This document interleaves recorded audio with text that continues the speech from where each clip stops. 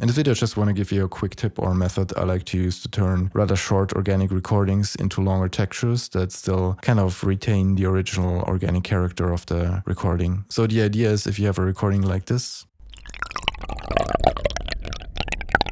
and you want to turn it into a longer texture that's maybe also playable and controllable by you and doesn't sound like it's looped or something like that, just duplicating it is not going to work. Cutting it up in weird ways and rearranging it is probably also not going to be a really feasible solution. So the absolutely groundbreaking technique, of course, to no surprise to a lot of you, is granular processing. So I like to use Current, but Serum 2 has a granular section. Faceplant can do it too, of course, and there's a bunch of other plugins I'm pretty sure that can do it as well. So you don't need Current for this, it's just what I like to use. I'm just gonna import this here. So this is the original sound, nothing has been done yet. So the first thing I want to make sure of is that this is kind of all over the place, because I want to reduce the risk of this sounding too repetitive or looping. So I'm just going to use the spray at 100%.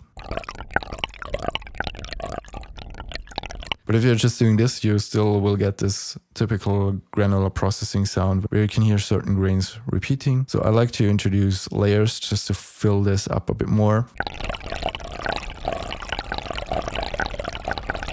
But still doesn't sound quite right yet, so I like to use, in this case, obviously a random pattern makes sense. So this is also going to help quite a bit. And then I'm mainly looking at rate, size, and the pitch of this. So let's first set the rate to 3. And then I'm going to play around with this just to get a better idea of what it's doing.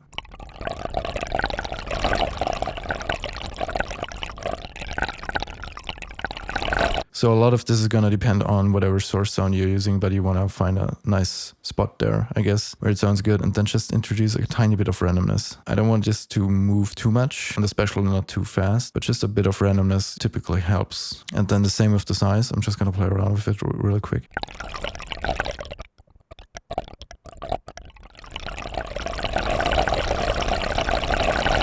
So same idea here, find a good spot and just introduce a bit of randomness. And then also the same with the pitch. So again, depends on the sound. And for this particular sound, it's going to work quite well to pitch it down rather low. And pitching it up is not going to sound that great, I think.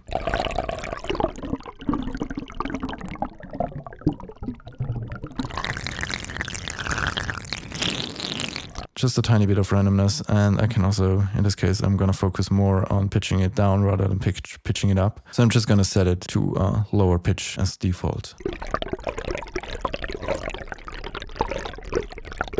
And then I really like this shape section here to control the density of it.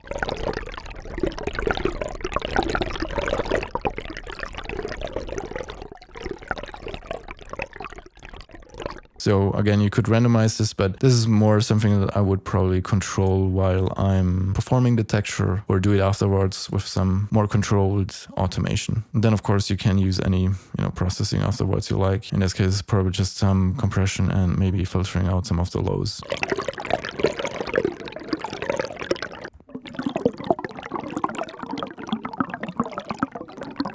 I know this is nothing groundbreaking or anything, just something I recently had to use for a project. Take care.